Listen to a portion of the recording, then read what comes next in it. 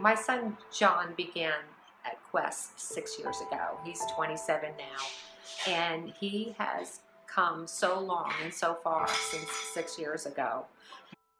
Since he started here, he has matured into such a nice young man.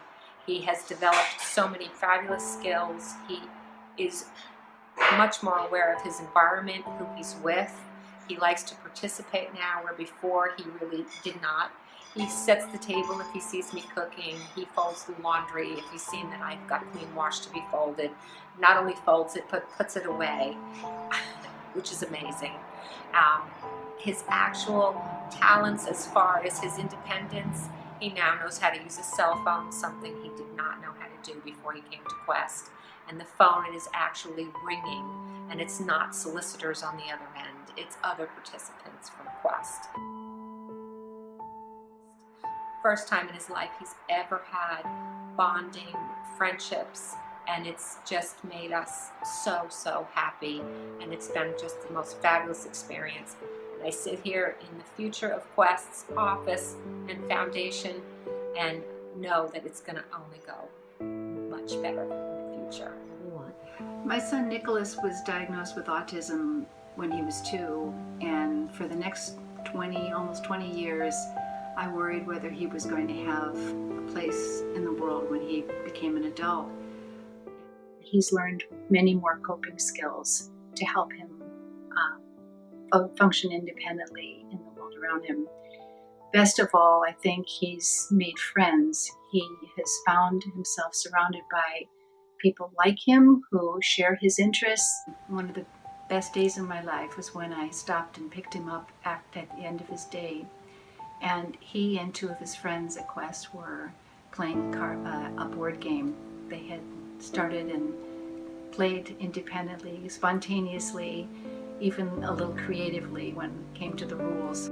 His happiness there has really enriched the lives of his family. Because of these changes in him, we are all more integrated into our community. So from the bottom of my heart, thank you, Quest. It's been a wonderful experience for all of us, but especially for Nick. For the last 10 years, Quest has called the Wyckoff YMCA home. We've been fortunate enough to have this space and be a part of this community. And it has afforded us so many opportunities for our participants that we otherwise probably would not have been able to have. Unfortunately, though, as the program has grown, that space has become less practical and less useful. A few years ago, because of the space here at the Y was too small, we were forced to rent in another location, and that required us to then run a program out of 2 separate locations.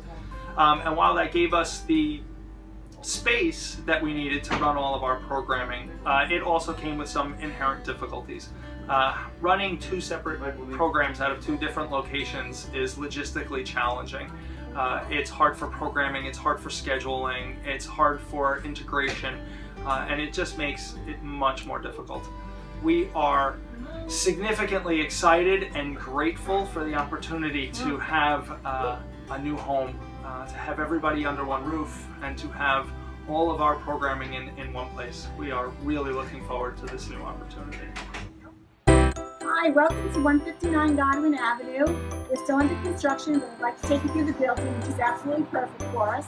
We have a very large lobby. On one wall we'll be placing our donor wall. To the left is our foundation office, where parents will be able to come through a private entrance. Directly behind the administrative assistant area are 2 private offices for our executive director and clinical director. Across from these private offices will be staff workstations. Here we have our break room, where we will have a mini kitchen and a washer and dryer. Programming rooms 1 and 2 will accommodate desks for each participant. A folding door provides flexibility for conversion to a larger room. Off of the main lobby is a gymnasium with a separate changing room. As you walk down this hallway, we have a small office that will be designated to our lead job coaches, followed by a ladies' room and a men's room and an open shelving area. Here is our lounge for participants, staff, and possible family meetings. Off of the lounge is an area with a large handicap bathroom, a private closet, and behind these two walls we'll be able to put 2 computer stations for participants. Another entrance that leads to an individual instruction room and a conference room. The second floor houses our very large dining area. Directly off of the dining room is our kitchen, which we have transformed into an incredibly large cooking and prep area.